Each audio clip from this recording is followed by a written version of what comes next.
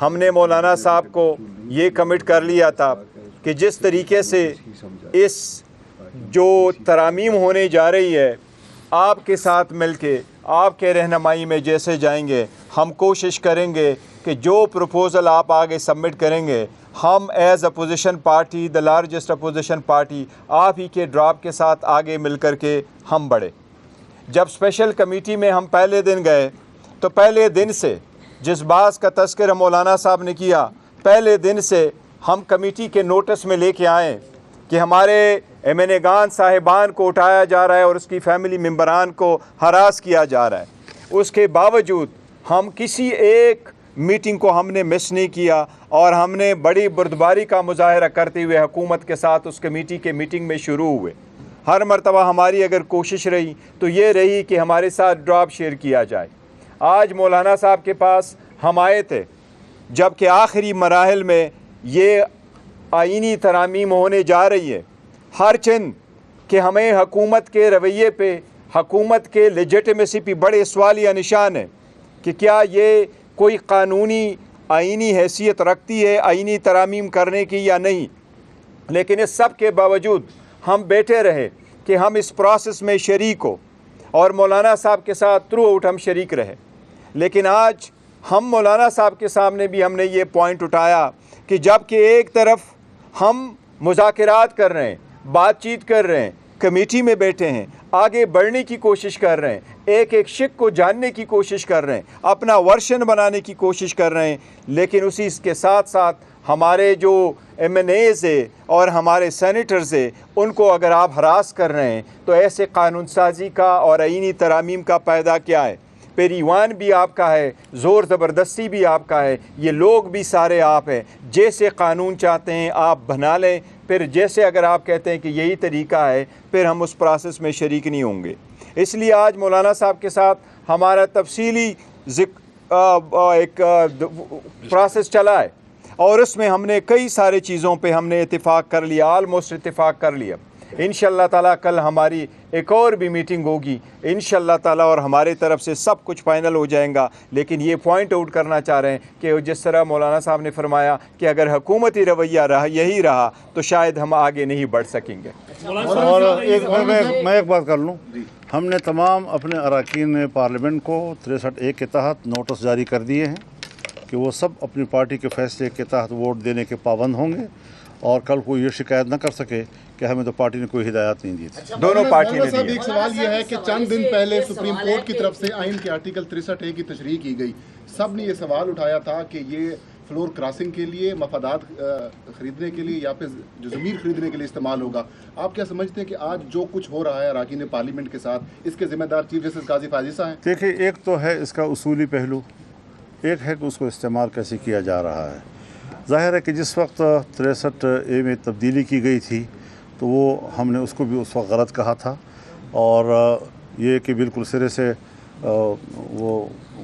پتہ نہیں ووٹ گنا ہی نہیں جائے گا وغیرہ وغیرہ۔ تو اس وقت صورتحال میں یہ تبدیلی کیوں لائی گئی تھی، یکدم تبدیلی کیوں لائی گئی تھی؟ آج ایک ایسے وقت میں تبدیلی لائی گئی ہے کہ پھر ایک حکومت کو اس کا فائدہ اٹھانے کے لیے تو یہ اصول کے تحت یہ اقدامات ہونے چاہیے، ملکی اور قومی ضرورت کے تحت یہ اقدامات ہونے چاہیے، نہیں یہ کہ آپ معروضی ضرورت کے تحت اس قسم کی ترامیم کرتے رہیں۔ ترمیم کے پیچھے ہے کون، کن کا ہاتھ ہے ترمیم کے پیچھے کہ اس وقت ترمیم اہمیت کے حامل سمجھا رہے ہیں؟ یہ اتنی بڑی اہم ترمیم ہے کہ جس کے پیچھے ایک بڑا اہم آدمی ہے اور اس کا نام ہے، کیا نام ہے اس کا؟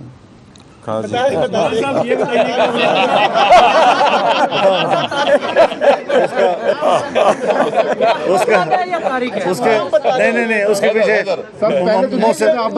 محسن نقوی ہو سکتا ہے۔ مولانا صاحب یہ سوال لے لیں، آپ نے کہا کہ کل صبح تک کا وقت دیتے ہیں یہ حالات درست کر لیے جائیں، اگر نہیں درست کیے جاتے اور یہ سلسلہ جاری رہتا ہے تو پھر آپ کی حکمت عملی کیا ہوگی؟ تو ہم بھی ہوں گے اور آپ بھی ہوں گے۔ اچھا مولانا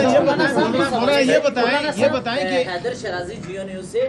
آپ نے اس تشویش کا ذکر کیا، ہم نے دیکھا کہ کے پی ہاؤس تک بھی رینجرز پہنچی، وہاں پر ادارے کے اہلکار پہنچے باوردی اور وہاں سے سی ایم کی گرفتاری کی کوشش ہوئی، یہ ایک طرف۔ لیکن آج سابق وزیر اعظم راجہ پرویز اشرف نے جیو نیوز سے گفتگو کرتے ہوئے کہا ہے کہ ملٹری کورٹس بنانے کی بھی بات ہے، اور اس میں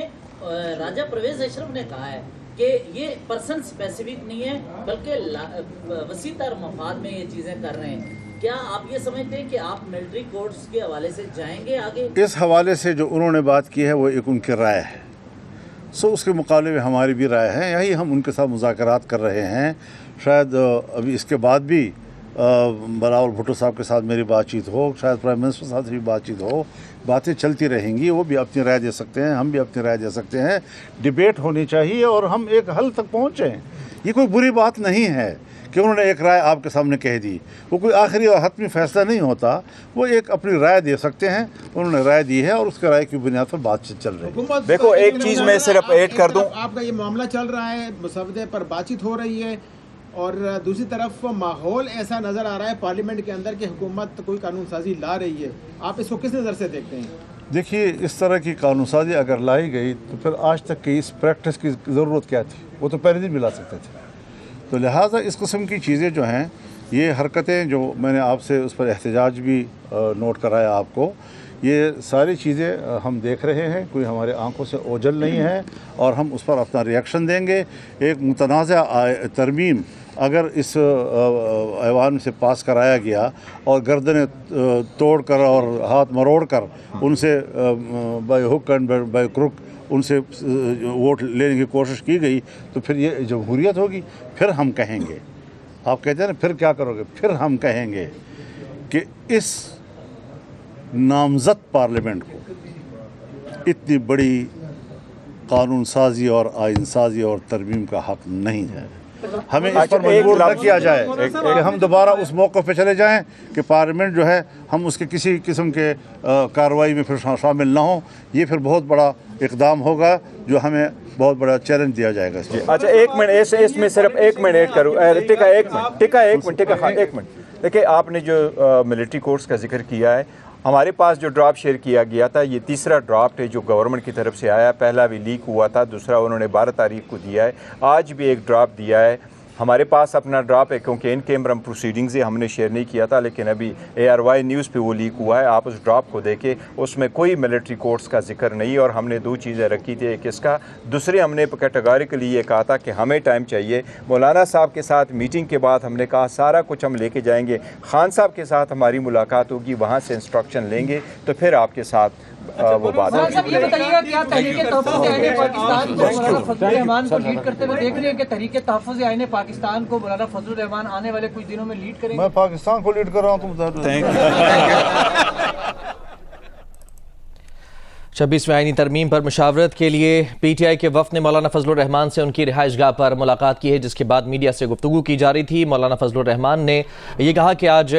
تفصیل کے ساتھ تمام معاملات سے پی ٹی آئی کو آگاہ کیا گیا ہے۔ پی ٹی آئی ایک بڑی جماعت ہے اور اسے آئینی ترمیم سے لا تعلق نہیں رکھا جا سکتا۔ ہماری کوشش رہی ہے کہ ترمیم متفقہ ہونی چاہیے۔ پی ٹی آئی کا رویہ معقول اور مثبت رہا ہے، کچھ چیزوں پر اتفاق ہوا ہے اور کچھ پر مشاورت کی مزید ضرورت ہے، یہ مشاورت کل بھی جاری رہے گی۔